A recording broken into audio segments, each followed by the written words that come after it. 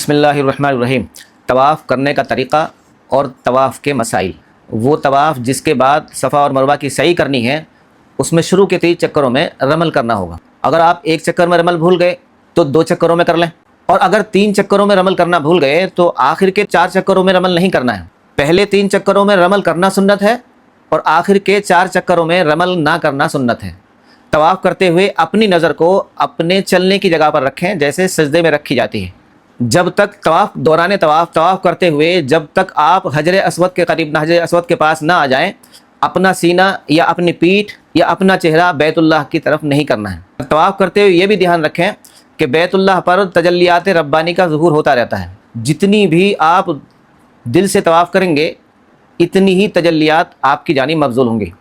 طواف کرتے ہوئے حجر اسود کا جب استلام کریں گے تو قریب جا کے بوسہ لینا، کیونکہ آپ احرام کی حالت میں ہیں، حجر اسود پر خوشبو لگی رہتی ہے، اس لیے آپ دور سے ہی حجر اسود کا استلام کریں گے اس طریقے سے، کیونکہ حجر اسود کا بوسہ دینا یہ سنت ہے، اور وہاں بھیڑ ہوتی ہے، دھکا مکی میں دوسرے لوگوں کو تکلیف دینا یہ جائز نہیں۔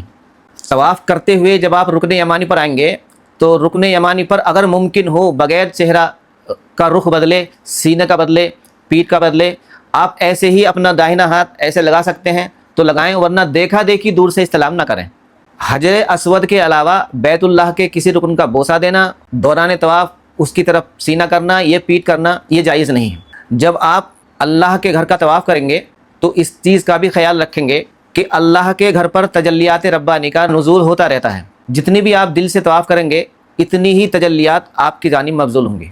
اگر دوران طواف آپ کا سینہ یا پیٹھ بیت اللہ کی طرف ہو جائے تو 2 قدم پیچھے ہٹ کے اس چکر کو مکمل کر لیں۔ اگر ایسا ممکن نہ ہو تو پھر یہ چکر دوبارہ کریں۔ دوران طواف ذکر کرنا، دعا کرنا، یہ اتنی آواز سے پڑھ سکتے ہیں کہ دوسرے کو پریشانی نہ ہو۔ اگر زور سے پڑھنے میں کسی کو پریشانی ہو، کسی کو الجھن ہو، تو پھر آہستہ پڑھنا واجب ہے۔ طواف کرتے ہوئے نہ تو ہاتھ باندھنے ہیں، نہ ہاتھ اوپر کرنے ہیں، ہاتھ نیچے لٹکا کر آہستہ آہستہ طواف کریں۔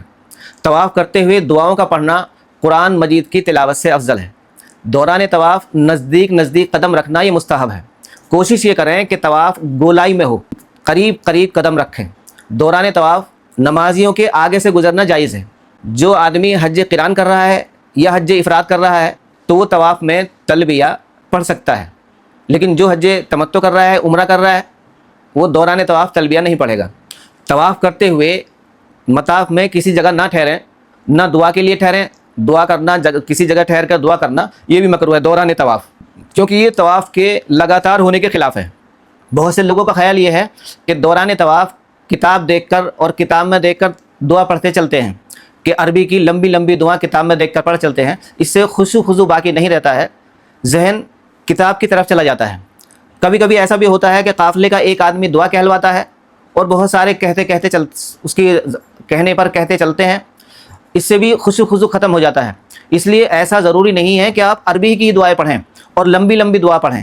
جو آپ سمجھ سکتے ہوں اپنی زبان میں دنیا کی، خیر کی، بھلائی کی کوئی بھی دعا کریں۔ اور اگر آپ وہ دعائیں جو بزرگوں سے منقول ہیں، ہر چکر کی الگ الگ ہیں، اگر آپ یاد کر سکتے ہوں، آپ نے یاد کر رکھی ہیں، تو پھر آپ ان کو پڑھیں جن کا آپ مطلب سمجھتے ہوں۔ بغیر کسی عذر کے جوتے پہن کر طواف کرنا یہ مکروہ ہے۔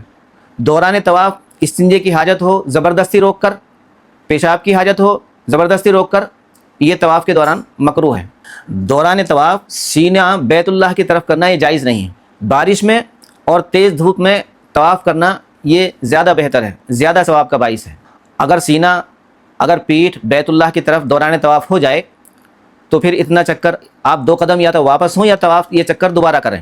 دوران طواف کچھ نہ پڑھیں، خاموشی سے ہی طواف کرتے رہیں تو یہ بھی جائز ہے۔ طواف کے 7 چکروں میں وضو رہنا ضروری ہے۔ اگر کسی کا وضو 4 چکر مکمل ہونے سے پہلے ٹوٹ جائے تو وضو کرنے کے بعد آپ کو طواف دوبارہ کرنا ہوگا، اور اگر طواف کے 4 چکر مکمل ہو چکے تھے، اب وضو ٹوٹا ہے، تو وضو کرنے کے بعد چاہے تو ان 4 چکروں کو مان لیں اور چاہے یہ 4 چکر دوبارہ سے شروع کریں۔ طواف کے دوران کوئی خاص متعین دعا یہ نہیں ہے۔